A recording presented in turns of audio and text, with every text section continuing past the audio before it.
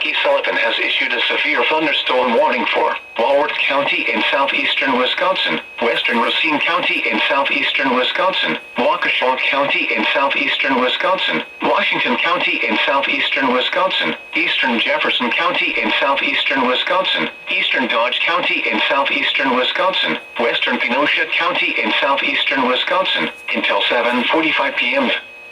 At 6:08 p.m., severe thunderstorms were located along a line extending from Randolph to near Beloit, moving east at 40 miles an hour. Hazard, 60 miles an hour wind gusts. Source, radar indicated. Impact, expects damage to roofs, siding, and trees.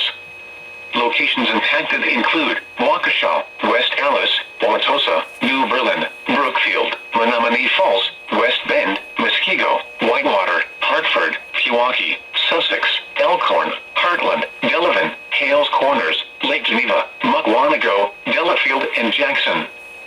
For your protection, move to an interior room on the lowest floor of a building.